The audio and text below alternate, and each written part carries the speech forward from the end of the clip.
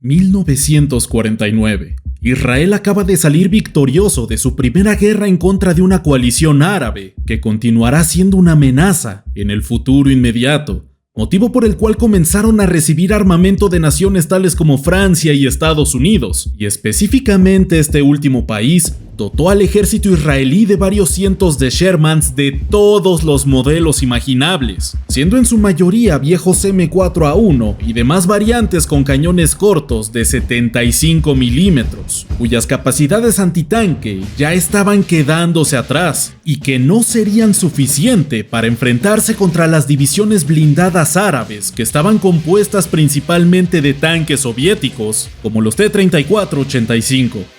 Si bien los cañones de los primeros Shermans estaban obsoletos, seguían siendo vehículos con una protección más que adecuada, y sobre todo, comparado con lo único que los israelíes podían adquirir en ese momento, que eran los AMX-13 de fabricación francesa, los tanques estadounidenses ofrecían una mejor cobertura para sus tripulantes. Pese a esto, los franceses tenían un cañón con prestaciones similares o incluso superiores a la del Panther alemán de la Segunda Guerra Mundial, por lo que aprovechando lo que tenían, los israelíes decidieron mezclar lo mejor de ambos vehículos para así crear a los Super Sherman, tanto el M50 como el M51, los cuales fueron una pieza muy importante de la fuerza blindada israelí durante algunos de sus años más críticos. Y por muy descabellado que suene, fueron lo suficientemente poderosos como para enfrentarse y derrotar a algunos de los tanques soviéticos más novedosos de su momento. Sean bienvenidos, queridos espectadores, a un nuevo viernes de enfrentamiento crudo por la tarde, donde veremos los datos más interesantes de los Shermans israelíes, que durante tantos años estuvieron combatiendo constantemente contra el acero árabe que los rodeaba, cuya concepción, producción e historial de combate es en extremo fascinante, pero sobre todo vale la pena preguntarse, ¿qué tan super eran los Super Sherman? ¿Realmente les hicieron honor a ese apodo que a día de hoy se les ha quedado entre nosotros? Ahora mismo lo vamos a averiguar. Como en cada ocasión, los acompaña su anfitrión de Auslanda y sin mayor dilación, ¡comencemos! Tal y como mencioné en la introducción, la necesidad de modernizar la fuerza blindada israelí fue prácticamente inmediata, pues las amenazas a las que se enfrentarían en unos pocos años eran grandes, constantes y sobre todo, tenían a su disposición un arsenal considerablemente poderoso. Países como Siria, Egipto y Jordania tenían T-34-85, los cuales eran más que capaces de hacerle frente y destruir a los Shermans de cañón corto. Y siendo este el vehículo más numeroso con el que Israel contaba durante sus primeros años de existencia, se necesitaba un cambio. Aunque por otro lado, tampoco podían permitirse reemplazar por completo su inventario de tanques, y aprovechando su cercanía diplomática con Francia, comenzaron a desarrollar en conjunto un programa de modernización para todos sus Shermans en 1953, lo cual tuvo lugar dentro del propio territorio europeo, adaptando el cañón de la MX-13 para el uso de los tanques israelíes, el cual era un CN-75-50 que sufrió varias modificaciones para entrar dentro de la torreta de los Shermans. De entre las modificaciones realizadas, se eliminó el cargador automático, pues consideraban que el sistema francés tenía muchas fallas, y esto afectaría la longevidad del vehículo,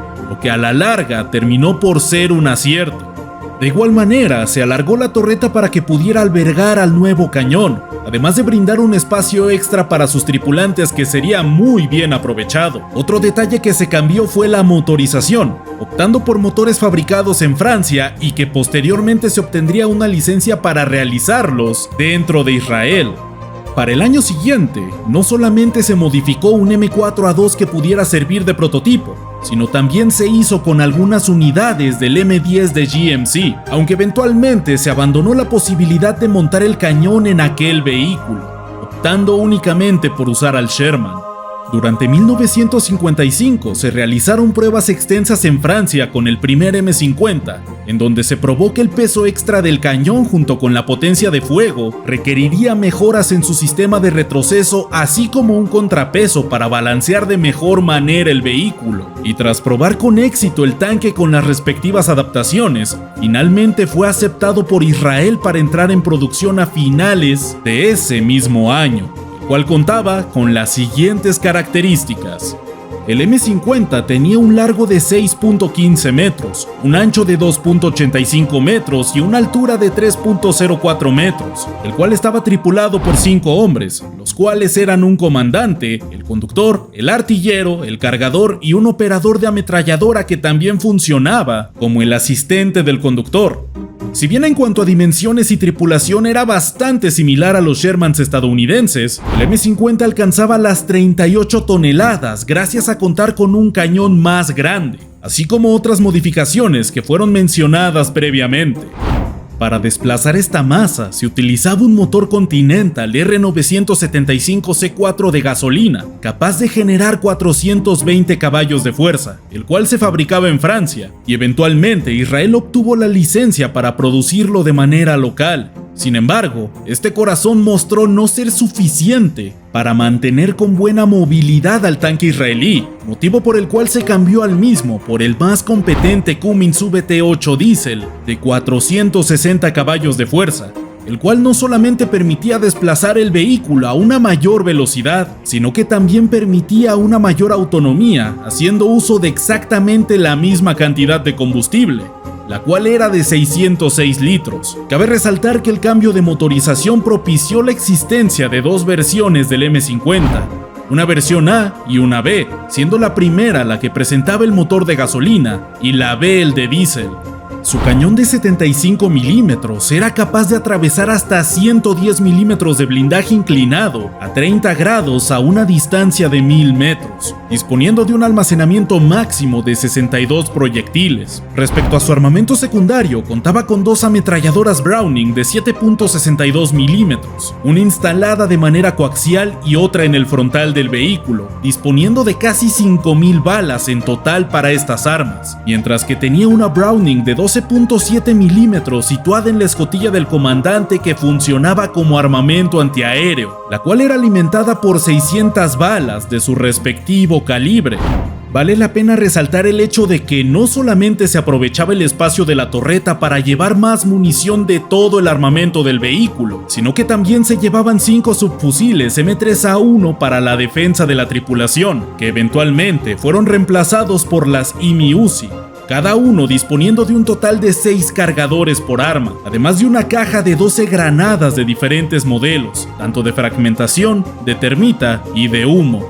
Además del armamento de la tripulación, también se hizo especial hincapié en tener espacio suficiente como para llevar 5 raciones de alimentos, listas para ingerir por soldado, por lo que se puede concluir que este vehículo, además de estar bien armado y equipado, también tenía ciertas comodidades para sus usuarios. Cabe destacar el hecho de que el nombre de Super Sherman jamás fue utilizado por los israelíes ni para el M50 y tampoco para el M51, siendo este un nombre dado por extranjeros, similar a lo sucedido con el término Blitzkrieg. Sin embargo, más pronto que tarde mostrarían las razones por las cuales fueron considerados como los super de su tipo. Las primeras 25 unidades en ser completadas del M50 fueron realizadas en Francia, mandándose a Israel para mediados de 1956, reconvirtiendo los Shermans de manera local luego de la llegada de los primeros modelos, los cuales fueron encuadrados en una compañía de la 27ª Brigada Blindada, los cuales pasaron justo a tiempo por la etapa de entrega y entrenamiento de sus nuevos soldados para ver acción durante la crisis del Canal de Suez, ocurrida entre el 29 de octubre y el 7 de noviembre de 1956, donde se enfrentaron por primera vez en contra de los vehículos por los que se habían creado en primer lugar, es decir, los T-34-85 de Egipto, contra los cuales tuvieron excelentes resultados, así como también fueron capaces de enfrentarse y destruir a otras curiosas máquinas que eran parte del ejército egipcio, tales como eran los Sherman Fireflies, los M4A4 FL-10 y otros tantos más. Si bien el cañón del M50 era excelente y había mostrado su valía en combate, las fuerzas de Israel temían que pudiera quedar obsoleto en un tiempo no muy lejano. Además de que tampoco habían tenido un bautismo de fuego limpio, pues se perdieron algunas unidades de los M50 en combate debido a que su blindaje seguía siendo el que tenían los Shermans originales, una problemática para la cual trataron de adquirir M47 Pattons estadounidenses, petición la cual el gobierno estadounidense negó, pues estaban tratando de evitar una escalada de tensiones con la Unión Soviética. Además de que durante esos años, la cercanía entre ambas naciones estaban lejos de ser la que tienen Estados Unidos e Israel a día de hoy. Sin demasiadas opciones, los israelíes voltearon a ver nuevamente a Francia en búsqueda de una solución duradera, e igual y como habían hecho durante el último par de años de los años 40, una década más tarde, se dedicaron a hacer exactamente lo mismo. Mejorar aún más la potencia de fuego de sus numerosos Shermans. El nuevo objetivo franco-israelí era montar un poderoso cañón de 105 milímetros modelo F1 que tenía el AMX-30,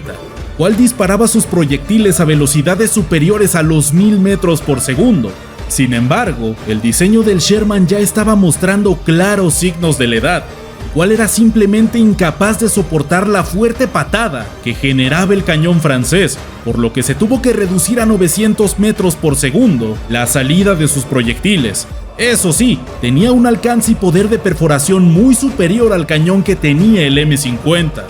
Luego de haber desarrollado un nuevo sistema para soportar el retroceso del cañón, así como decidirse por estandarizar la producción de estos tanques haciendo uso del chasis del M4A1, la producción comenzó bastante rápido, pues Israel estaba seguro que necesitaría la mayor cantidad de armamento dentro de su arsenal lo más pronto posible, por lo que al igual que sucedió con el M50, el M51 usaría motores tanto diésel como de gasolina que montaba su hermano mayor, pues el Continental C4 había mostrado tener una fiabilidad mecánica bastante destacable, a pesar de que no era tan eficiente como lo era el Kubernetes de diésel. Finalmente, las primeras unidades del M51 comenzaron a llegar a partir de 1963, siendo producido hasta 1965, el cual disponía de 47 proyectiles para su armamento principal, teniendo características muy similares a las del M50 para todo lo demás, con algunas excepciones como el peso, pues este Sherman alcanzaba las 40 toneladas, llevando al extremo las capacidades mecánicas del vehículo, con tal de modernizarlo lo más posible.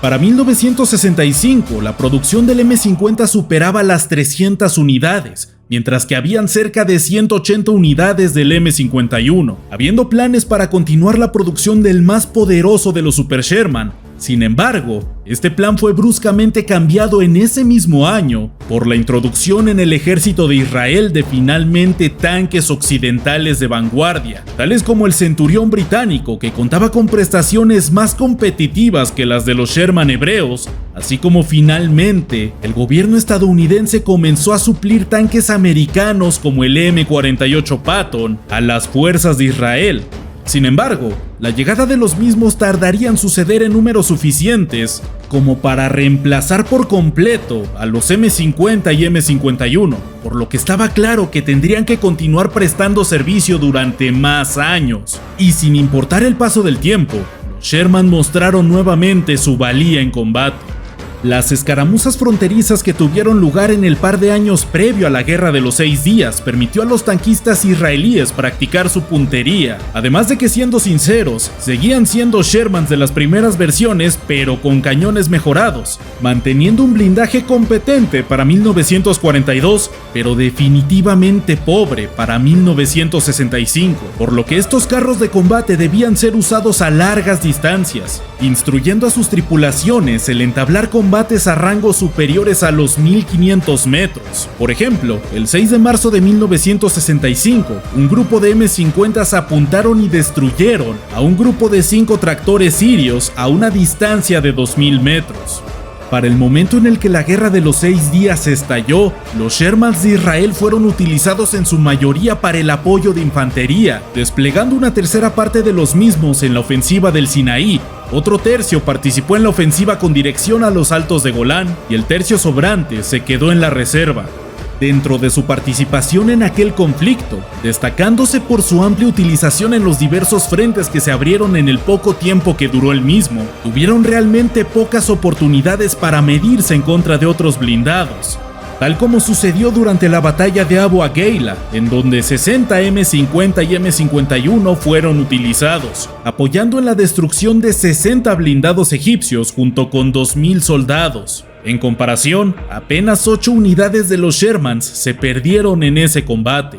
Durante la ofensiva de los Altos de Golán, en contra del endeble ejército sirio, los israelíes le sacaron mucho provecho a sus Super Sherman, los cuales destruyeron casi la totalidad de los Panzers IV y Stux III del ejército árabe. Sin embargo, aquí mismo también tuvieron algunos de sus problemas más grandes. Debido a las buenas posiciones defensivas que tenían los sirios, los Sherman sufrieron bastantes bajas no gracias a sus carros de combate, sino a su artillería antitanque, la cual causó la destrucción de alrededor de 160 tanques israelíes, mayormente Shermans, pues hay que recordar que fueron usados como soporte de infantería durante esta guerra, y precisamente dentro de este frente se desplegaron principalmente unidades de infantería. Al finalizar la Guerra de los 6 días, estaba claro que los Super Shermans tenían los días contados dentro de su utilización como tanques, incluso de apoyo, razón por la cual pasaron a formar parte de la reserva. E incluso,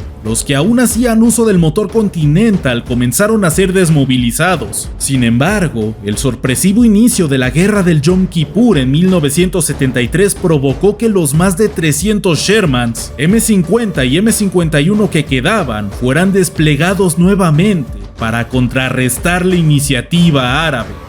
Nuevamente, en los Altos de Golán, las fuerzas sirias sorprendieron con una gigantesca iniciativa a una pequeña fuerza israelí que se encontraba defendiendo la zona durante el 6 de octubre de 1973, aunque esta vez contando con el terreno defensivo. Los apenas 40 tanques de Israel junto con un puñado de M50s lograron mantener la línea del ataque sirio tras una batalla de 50 horas de duración, en donde las tropas de Israel lograron destruir 260 tanques y alrededor de 500 vehículos de diferentes tipos. Pese a su victoria en contra de los sirios, los Shermans empleados en el frente del Sinaí tuvieron resultados mucho más pesimistas. Todo debido a que los nuevos T-55 y T-62 egipcios eran una amenaza a los que los M-50 no podían hacerles frente. Y si bien los M51 podían, los mismos estaban muy expuestos por sus bajos niveles de blindaje, provocando que este fuera el último conflicto en el que los Shermans pelearon bajo la bandera de Israel. Pese a su notable obsolescencia, los Super Shermans fueron vendidos o directamente dados a otros ejércitos durante los 70s y 80s, tal como pasó con las guerrillas cristianas libanesas que llegaron a emplear este tanque. Así como también Chile adquirió una cantidad considerable de estos vehículos que vieron servicio hasta un no muy lejano 2006, momento en el que fueron completamente reemplazados por los Leopard alemanes, mientras que en las fuerzas de Israel fueron moviéndose de a poco a las reservas hasta que se desmovilizaron completamente las últimas unidades de entrenamiento que las operaban en 1991. El caso del Super Sherman, como lo conocemos mayormente en Occidente, es en extremo llamativo, pues se hizo hasta lo imposible para mantener en vigencia y operación un veterano vehículo de la Segunda Guerra Mundial durante toda la primera mitad de la Guerra Fría. Y sobre todo, es una muestra clara de lo que se puede lograr cuando se busca aprovechar absolutamente todo lo que se tiene al alcance. Pues nuevamente, Israel durante sus primeros y convulsos años de existencia no tenía el apoyo completo de Estados Unidos tal como lo tiene hoy en día, lo que jugó un papel determinante a la hora de continuar la modernización de sus Shermans. Y viendo su extraordinario historial de combate, es seguro decir que fue una gran decisión de las fuerzas de Israel mezclar las mejores prestaciones de los vehículos que tenían a su disposición. Y al final, si bien sus usuarios no los bautizaron con el nombre de Super Sherman, definitivamente supieron ganarse ese apodo.